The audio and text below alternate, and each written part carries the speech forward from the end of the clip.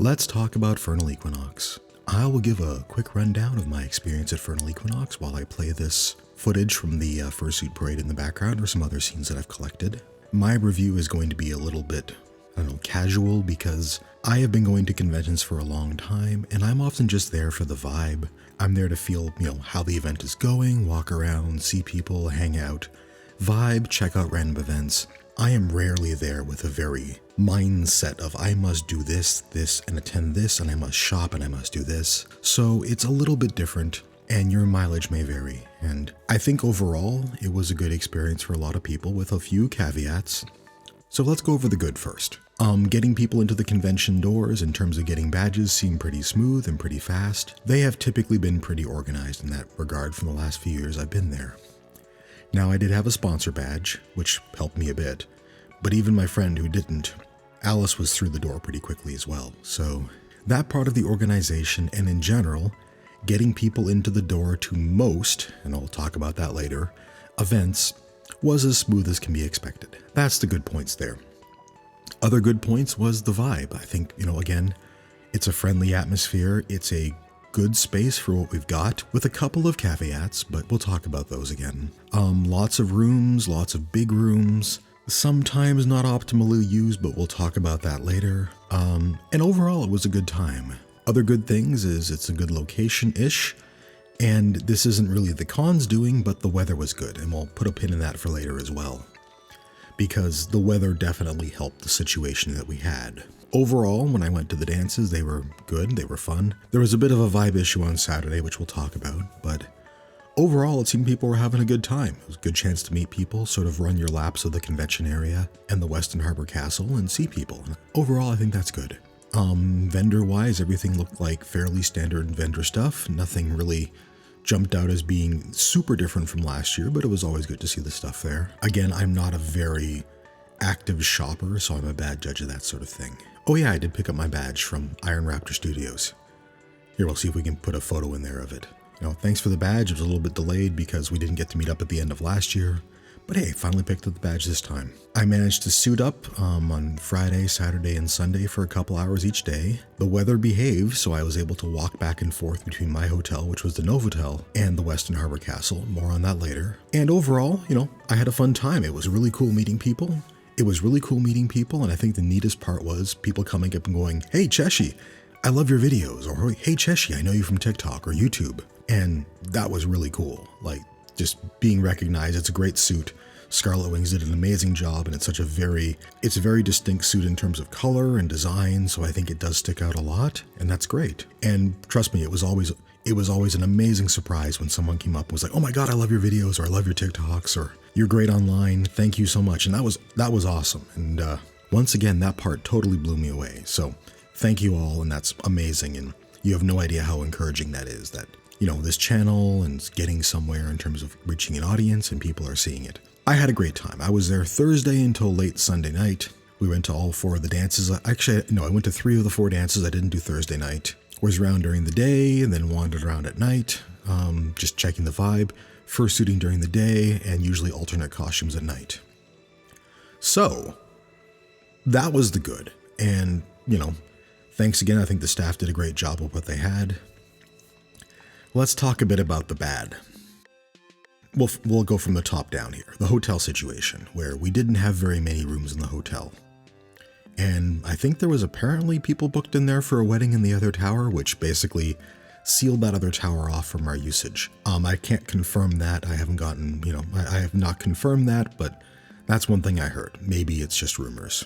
But here's the thing, and it sucks as a convention because hotels hate us. Not because we're bad or because we misbehave, but because we don't buy catering. We don't buy for all the extras that business events do or weddings do, so they will always hold out for weddings and business events. They don't care because the $10 to $100+ a head for catering at these other things, for anything from a simple breakfast all the way up to a full wedding meal, means that they get that secondary dollars. They're going to fill the hotel regardless, so they want that extra dollars. So we can't compete with that, or Furnal can't compete with that easily. It just is what it is. That left a lot of us not in the main hotel. There were 3 or 4 different overflow hotels. They weren't full, but there were still a lot of people who were transiting between them or traveling between them. Now, the weather behaved, which meant that we were able to walk back and forth. People who were able-bodied were able to walk back and forth. Had the weather been like the weekend afterwards, which was, huge amount of snow, that would have not been possible. So Furnal very much dodged a bullet on that one. We lucked out. We had almost perfect weather for it. It was dry. There was a little bit of rain on Thursday and some flurries on Sunday, but that was it. So yeah, the alternate hotel situation worked out, but we got very lucky. Now, there was a shuttle, which had some very curious hours, like not operating between 2 and 7 or 2 and 9 p.m. on the days. And I get the mindset for this as a convention. If it's a traditional convention, you go in the morning, you stick around all day, and you go home at night. Except for a furry convention, the people using that shuttle might be going back between that 2 p.m. to 9 p.m. gap. The two primary groups who were going to be using the shuttle for the distance that we had, given the weather, were people with mobility restrictions or people who were suiting. And neither of those will necessarily guarantee the model of going there in the morning and sticking around for those 7 straight hours in the afternoon to go back. I get what the shuttle was trying to do, but it wasn't really optimally designed for a furry convention.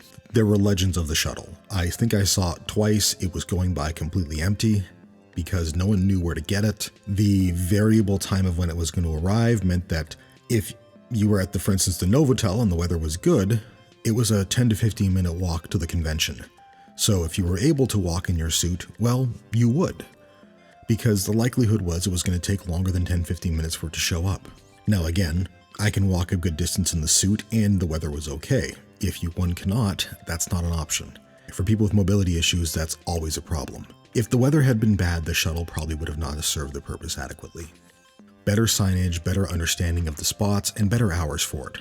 I wasn't going to rely on taking the shuttle there, only to have to walk back, because it wouldn't have been possible if the weather was bad. Now, if we are going to continue to be off-site, primarily with the hotels, or a lot of us are going to be off-site, my suggestion is this. Add a change and baggage only storage area for fursuiters. So, I know there's a bag check at the hotel, but it's not near any of the headless lounges.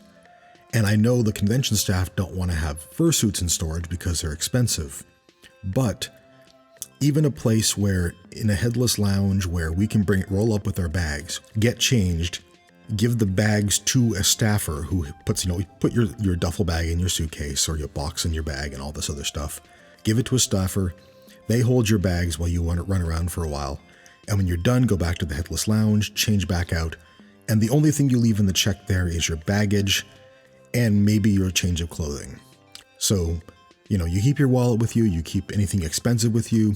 You don't store your fursuit there. If you want to store your fursuit, you go put it in bag check. But that would help enormously because there is a hotel bag check, but it's a pain in the neck to deal with compared to where the headless lounges are. So just a thought to make a more convenient changing and arriving in area. Something for a future year, perhaps. Or maybe in future years, I'll actually open up more hotel rooms. Who knows? The other bad thing was the elevators. And I don't have any visibility into what was wrong with the elevators. I just know that they were an incredibly long wait.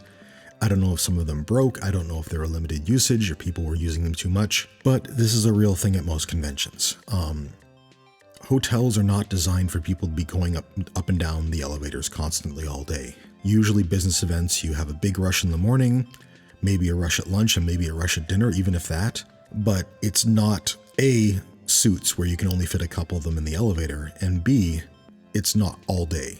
And I think that took its toll on the elevators, and I heard half-hour waits to get up the elevator or get down the elevator, which is not great, especially if you're in a suit.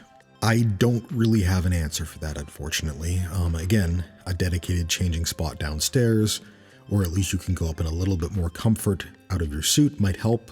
Elevators are perpetually a problem at every single fan convention I've been to, be it anime, sci-fi, furry, or whatnot. The only answer is get a hotel that's only 2 floors, which isn't really an option here. And the other badness is, I said before, we'll put a pin in this, the other bad event thing was the night market. Now, for those of you who don't know, this was the first year that Furnal introduced what was called the night market, and it was tucked in the basement. It was meant to be a vending area for 18+ stuff only, and let's just say they did not learn the lesson that every other convention has learned by now, that the first year especially, the night market is going to be incredibly popular out of curiosity, novelty, or just plain thirst on a Saturday night. The lineup was insane for that. The lineup went through the lobby, down the stairs, through the basement, and they had to clear the line in the lobby for fire reasons. The line was huge, and it was also an ID'd line, which means it takes longer to get in. Now, do I think that a night market is a bad idea? Absolutely not. It's a great idea. But they should have anticipated the need better, because I know the rooms the night market was in, and they were tiny. And tucking it in the basement of the convention also kind of put it out of the way, which forced it into a corner, which forced the lineups up the stairs. Overall, it just seemed like an unanticipated rush of people, which led to a huge backlog of people lining up there.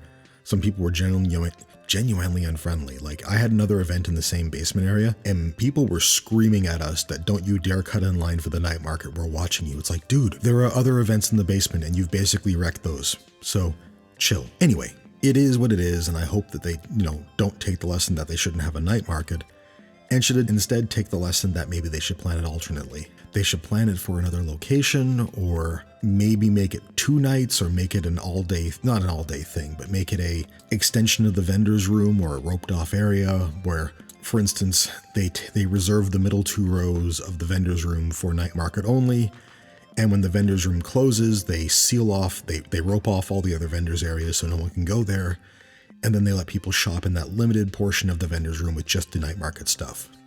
As an example.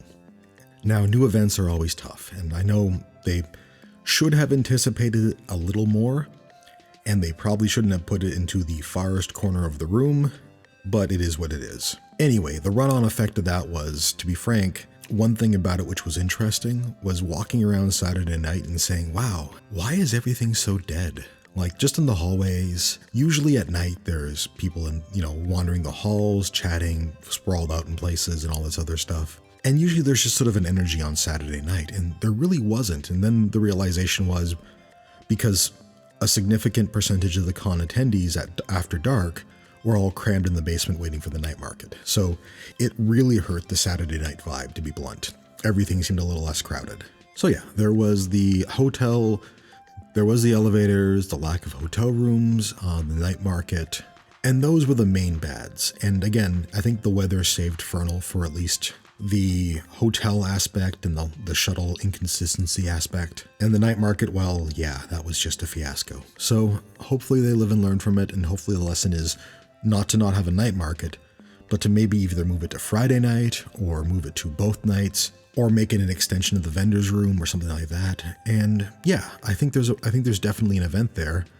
and I'd like to see it. The other bad that I noticed were myself and a few other people had their panels kind of, rejected, or their events rejected. And we were like wandering Friday night, and a bunch of the panel rooms were empty all night. So if they wanted content, they could have had content. I'm a little puzzled by that, because maybe they just didn't like the events, who knows? But I wasn't the only event to get sorry, no, your event wasn't chosen, except there were empty panel rooms.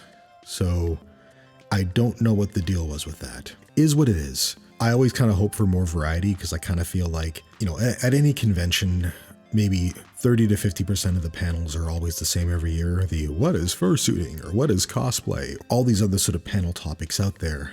And it's great. Some of these, especially the one-on-one panels, are good to have, but it did feel like there was a lot of overlap between previous years and this year's. And I mean, maybe that's just who applied. So I don't have a window into all the other applications, but next year, I guess the goal is to really go out of my way to make some panel stuff that might be some fun chaos. Regardless.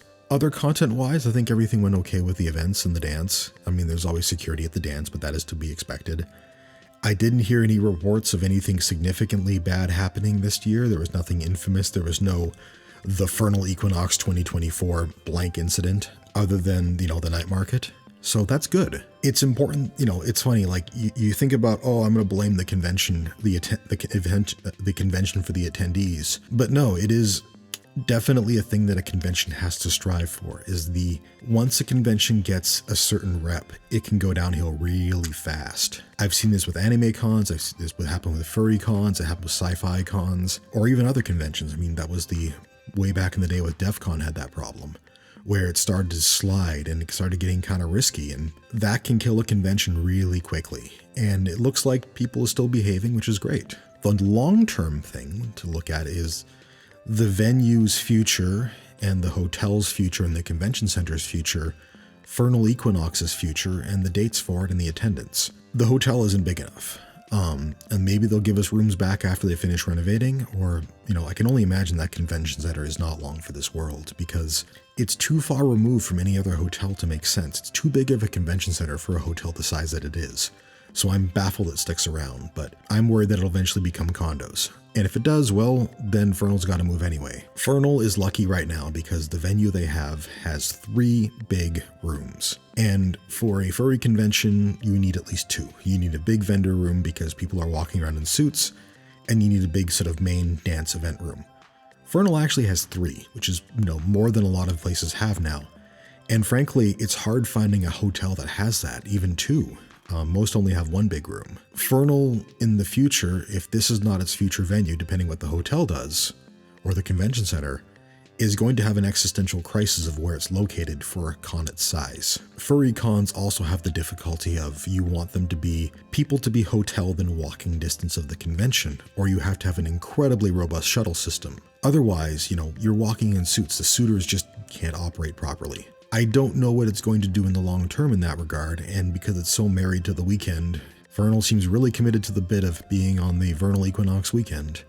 It also runs it up against Fan Expo, it runs it up against, there was a Breakout Con this weekend as well, it runs against Spring Break. It's definitely not an ideal weekend for it on several levels, but it's keeping the name for the con weekend. And I don't know in the future if that's going to be something that has to change. Anyway, I do hope the con grows, I think it's great. But it is definitely at that cusp phase where it is going to become too big for the venue it's in if it's not careful. And it's already too big for the hotel until they give us more rooms back. And the rest of the venue should be fine. It seems to have room to grow. It's definitely going to strongly limit the number of places because mid-sized convention spaces with 2 large venue rooms are actually hard to find. Friends and I have actually sort of gone through those names to try to figure that out. And they really aren't that common. You either need to have a really tucked away dealer's room that's not very big and a big dance room, or a tiny dance room and a big vendor's area. No way around it. So yeah, I think that's the interesting long-term question for Furnal. It's still growing slowly. It's not jumping up in attendance by huge numbers, mainly because it competes with a big American con as well. But that's the current state, and I think the future questions for the convention. What does it want to be? And let's be honest, I'm not one to say that a convention has to be huge. I don't want Furnal to be MFF. It's not the vibe I want. In fact, I'm looking at smaller cons to go to now because that's what I want to see more of. So yeah, that's sort of the interesting points at the end is what's going to happen with the convention with the space and the hotel. Maybe by next year we still have the space for the convention and the hotel's giving us rooms back again. That would be nice. Or we're going to have a bad weekend where the shuttle system's going to be tested, or we're going to have to see how many Ubers will accept people in fursuits. Just a few thoughts for what's sort of coming up.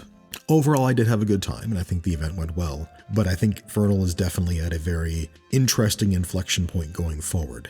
And if it's married to this weekend, moving away from Toronto means that the people who are using Fan Expo as a co-weekend can't go there anymore. There's nothing really in the downtown that will be able to accommodate it near Fan Expo because Fan Expo eats all the hotels nearby. It's amazing that we have the hotels we do have. Going to the airport, there are some locations, but most of them don't have the big rooms. For instance, the former Doubletree, I can't remember what it's officially now, by the TCC has 1 big room.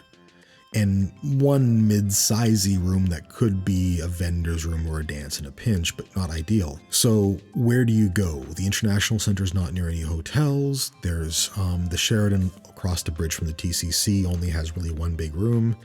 It's tough. That's the typical design, and the mini convention center that the Westin Harbor Castle offers is a rarity now. So fingers crossed that they can sort of grow appropriately. And furry conventions have some extra sort of requirements of people having to walk in. It has to be indoor walkable for the most part if it's going to be in the winter or the summer. You really don't want to have people too far flung, or if you do, you have to be Anthrocon with a very robust shuttle system. So anyway, just a few things to think about. It was a good time, and I'm thank you to the Furnal Equinox staff for putting on a good convention. I do wish them the best of luck as the convention continues to grow and figure out what the con wants to be and where it's going to be, because it's going to be tough staying in Toronto in the long term, depending on the venue availability. We're kind of tied to that venue for the unique qualities for now. If that changes, we might be in trouble. Anyway, so hopefully you enjoyed the B-roll footage of me walking around for the Fursuit Parade and other stuff, and I'll be around for a more traditional video coming up. Thanks everyone. Hope you enjoyed the Rambly Con report. Bye.